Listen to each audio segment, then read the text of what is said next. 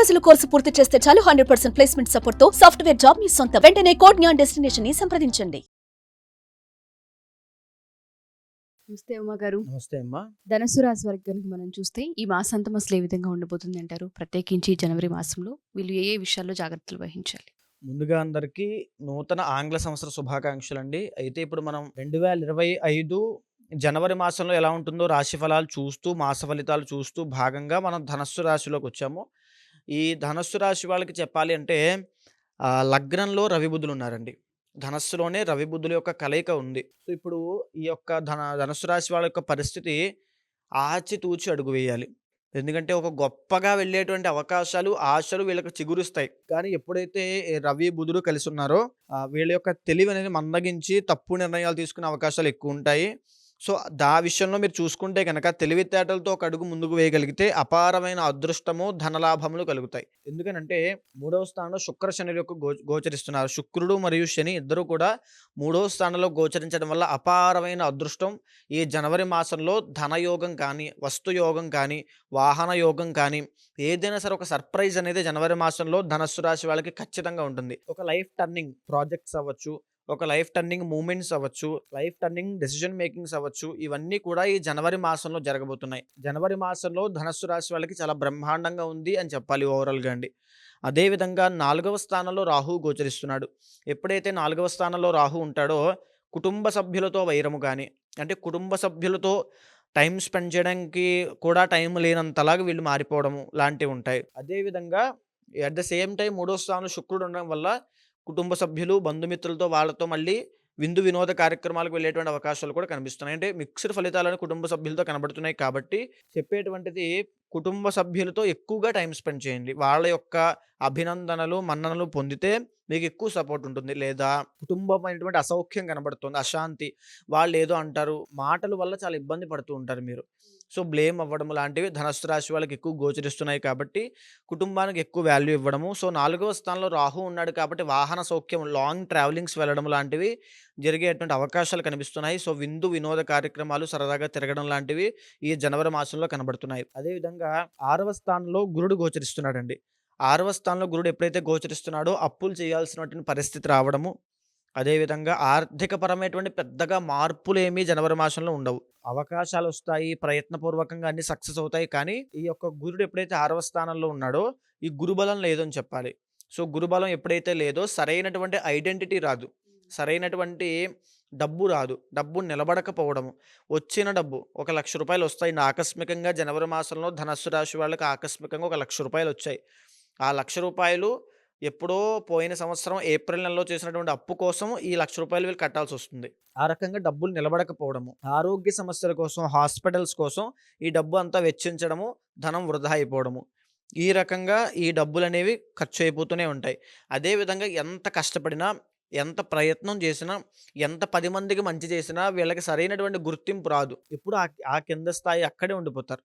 ఈ జనవరి మాసంలో గురుడు అంతలా ఉపయోగించట్లేదు కాబట్టి అండి. అదేవిధంగా అష్టమ స్థానంలో కుజుడు ఉన్నాడు ఈ జనవరి 23 వరకు బాగా అండి. ఎందుకంటే కుజుడు జరిగినటువంటి అక్టోబర్ దగ్గర నుంచి ఈ జనవరి 23 దాకా స్తంభించాడు కర్కాటకంలో. సో ఎప్పుడైతే ఈ జనవరి 23 దాకా కర్కాటకంలో కుజుడు ఉన్నాడో జాగ్రత్తగా ఉండాల్సింది వాహన ప్రమాదాల విషయంలో. ధనస్సు రాశి వాళ్ళకి గాయాలు పాలయ్యేటువంటి అవకాశాలు ఎక్కువ ఉంటాయి. లేకపోతే హాస్పిటల్కి వెళ్ళాల్సినటువంటి అవసరం ఉంటుంది, శస్త్రచికిత్స చేయాల్సినటువంటి అవసరం వస్తుంది, సర్జరీలు చేయించుకోవాల్సిన అవసరం వస్తుంది. అష్టమంలో కుజుడు ఉన్నాడు కాబట్టి. ఎందుకు అంటే ఇప్పుడు మారిపోతున్నాడండి. మారుతూ మారుతూ ఎఫెక్ట్స్ అనేవి చాలా తీవ్రతరం అవుతాయి. కాబట్టి ధనస్సు రాశి వాళ్ళు లాంగ్ జర్నీస్ వెళ్ళినప్పుడు చాలా జాగ్రత్తగా ఉండాలి. ప్రయాణాలు చేసినప్పుడు చాలా జాగ్రత్తగా ఉండాలి. వాహనాల విషయంలో చాలా జాగ్రత్తగా ఉండాలి. ఒక్కొక్కసారి మీరు సరిగ్గా వెళ్ళినా అవతల వాళ్ళు సరిగ్గా రాకపోవచ్చు. కాబట్టి దైవబలం కావాలి. ఎప్పుడైతే కుజుడు అంత వీక్గా ఉన్నాడు కాబట్టి ఎక్కువగా సుబ్రహ్మణ్య ఆరాధన కానీ, శివారాధన కానీ చేస్తే ఆ యొక్క అపమృత్యు గండములు పోతాయి. సో నేను చెప్పేటువంటిది ఈ ధనస్సు రాశి వాళ్ళకి ముఖ్యంగా చేయాల్సిన అంశం ఏమిటంటే శివాలయానికి వెళ్ళి స్వామివారికి పంచామృతాలతో పాటు నల్ల నువ్వుల నూనెని అభిషేకంగా చేయించండి. దానివల్ల అపమృత్యు దోషములు ఏమున్నా అన్నీ పోతాయి. సో ధనస్సు రాశి వాళ్ళకి దాంతోపాటు దశమ స్థానంలో కేతు గోచరిస్తున్నాడు. సో ఇది చాలా శుభ యోగం అండి. ఎందుకు అంటే దశమ స్థానంలో కేతు యోగిస్తాడు కాబట్టి. సో ధనస్సు రాశి వాళ్ళకి ఇందాక నేను చెప్పాను కానీ కొత్తగా లైఫ్ టర్నింగ్ ప్రాజెక్ట్స్ రావడం కానీ, ఉద్యోగం విషయంలో ప్రమోషన్స్ రావడం కానీ అన్నీ జరుగుతాయి. సో ధనస్సు రాశి వాళ్ళకి జనవరి మాసంలో అబోవ్ యావరేజ్‌గా చాలా బావుంది. సో అనుకోని విధంగా ఒక సర్ప్రైజ్ అనేది జనవరి మాసంలో రాబోతోంది. దాన్ని వీళ్ళు అందిపుచ్చుకునే ప్రయత్నం చేయాలి. అనవసర విషయాల్లో జోక్యం చేసుకోకూడదు. ఎందుకు లగ్నంలో రవి బుధులు ఉన్నారండి. సో ఈగోకి వెళ్ళి, అహంకారానికి వెళ్ళిపోయి, ప్రెస్టేజ్‌కి వెళ్ళిపోయి అనవసర విషయాల్లో ప్రమేయం అయితే చాలా అనుకోని తగాదాల్లో డబ్బులు విపరీతంగా నష్టపోయే అవకాశాలు ఎక్కువ కనబడుతున్నాయి. శత్రువులు పెరిగే అవకాశాలున్నాయి. సో ఓవరాల్‌గా ఈ రాసుల వారికి ఈ విధంగా ఉంది. మిగతాదంతా అంతర్గత జాతకం ఏదైతే చూస్తామో దాని మీద బేస్ అయ్యి ఉంటుందని బేస్ చెప్తూ అయి ఉన్నారు. ఉంటుంది. మీరన్నట్టుగానే ఆర్థికంగా బలపడాలి అన్నా, లేదంటే కొంతమందికి రిలేషన్‌షిప్‌కి సంబంధించి లవ్ మ్యారేజెస్‌కి సంబంధించి ఇష్యూస్ కనిపిస్తున్నాయి. కొంతమందికి అనుకోని యాక్సిడెంట్స్ కనిపిస్తూ ఉన్నాయి. కొంతమందికి వ్యాపారంలో నష్టపోయే అవకాశం కనిపిస్తుంది. ఇలాంటి వాళ్ళు ఒకసారి అంతర్గత జాతకం ఏదైతే ఉంటుందో దాన్ని చూపించుకోవాలి అనుకున్నా, లేదా పరిహారాలు చేయించుకోవాలి అనుకున్నా, కొంతమందికైతే కాలసర్ప దోషాలు ఉంటుంటాయి. కొంతమందికి ఎన్ని వివాహ ప్రయత్నాలు చేసినా వివాహం అనేది జరగదు. ఏ దోషం అనేది వాళ్ళకి అర్థం కాని పరిస్థితి. అలా ఎవరికైనా అనిపించినా సరే మన దగ్గర పరిహారము, పూజలు అండ్ ఒకసారి జాతకం చూసే అవకాశం ఉంటుందా ఉమాగారు? ఉంటుందండి. నేను మొదటగా చెప్పినట్టుగా ఇదంతా కూడా ఒక 40% జీవితం ప్రభావం చూపిస్తుంది. ఇదంతా ఒక బేస్ పాయింట్ అండి. మిగతా 60% మీ ఇండివిడ్యువల్ జాతకం మీద ఆధారపడి ఉంటుంది. వింశోత్తరి దశ ఏం నడుస్తోంది, D1 చార్ట్ ఏంటి, D9 ఏంటి, D10 ఏంటి, అసలు ఏ రకమైనటువంటి ప్రభావం మీ మీద ఎలా చూపిస్తుంది. ఫర్ సపోజ్ శని అంతర్దశ నడుస్తోంది. శని ఎక్కడున్నాడు, దాని యొక్క ప్రభావం ఏమిటి. మీరు ఇప్పుడు ఈ జనవరి మాసంలో వీళ్ళకి లైఫ్ టర్నింగ్ ప్రాజెక్ట్స్ ఏమైనా వచ్చే అవకాశాలు ఉన్నాయని చెప్పాను కదండి. సో దాన్ని ఏ విధంగా వీళ్ళు మార్చుకోవాలి, ఎందుకు వీళ్ళకి 6వ స్థానంలో గురుడు గోచరిస్తున్నాడు. సో ధనం విషయంలో ఇబ్బంది మాత్రం అప్పుడే పోదండి. జనవరి మాసంలో మాత్రం పోదు, ఇంకా ఇబ్బంది పడుతూనే ఉంటారు డబ్బు విషయంలో. ఆ ఇబ్బందులు పోవాలంటే ఇండివిజువల్ జాతకంలో ఎలాంటి యోగాలు ఉన్నాయి, వాటిని ఎలా యాక్టివేట్ చేయాలి పూజల ద్వారా, ఎలాంటి మంత్రం చదవాలి, ఎలాంటి దైవ దర్శనాలు చేసుకోవాలి, ఎలాంటి క్షేత్రాలకు వెళ్ళాలి, ఇలాంటి విషయాలన్నీ కూడా వాళ్ళకి చెప్పడం వల్ల ఆ యోగాలని యాక్టివేట్ అవుతాయండి. ఈ యొక్క గోచారాన్ని కూడా డామినేట్ చేసే విధంగా ఆ యోగాలు యాక్టివేట్ అయ్యే మనిషిని సక్సెస్ వైపు నడిపిస్తాయి.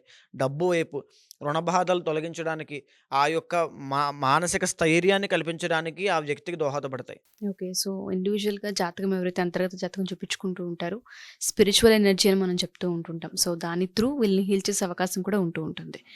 ఎవరైనా సరే జాతకరీత్యా ఒకసారి ఉమ్మగారిని కలవాలి అనుకున్నా, ఎందుకంటే రాశి ఫలాలు చూసేటప్పుడు అంతర్గత జాతకం అనేది చాలా ఇంపార్టెంట్. ఇది ఓన్లీ ఒక సూచిక మాత్రమే. ఇన్ డీటెయిల్డ్‌గా ప్రత్యేకించి మీ రాశి వారికి ఏ విధంగా ఉంటుందన్న విషయాలపైన అంతర్గత జాతకం చూపించుకొని దానికి పరిహారాలు కానీ, పూజలు కానీ, లేదు అంటే నవగ్రహ శాంతులు కానీ చేయించుకోవాలనుకుంటే డెఫినెట్‌గా అప్రోచ్ అవ్వచ్చు. కింద స్క్రోల్ అవుతున్న కాంటాక్ట్ నెంబర్‌ని కాంటాక్ట్ చేస్తే ఉమాగారి టీం మీకు పూర్తి వివరాలు అందిస్తారు. Thank you.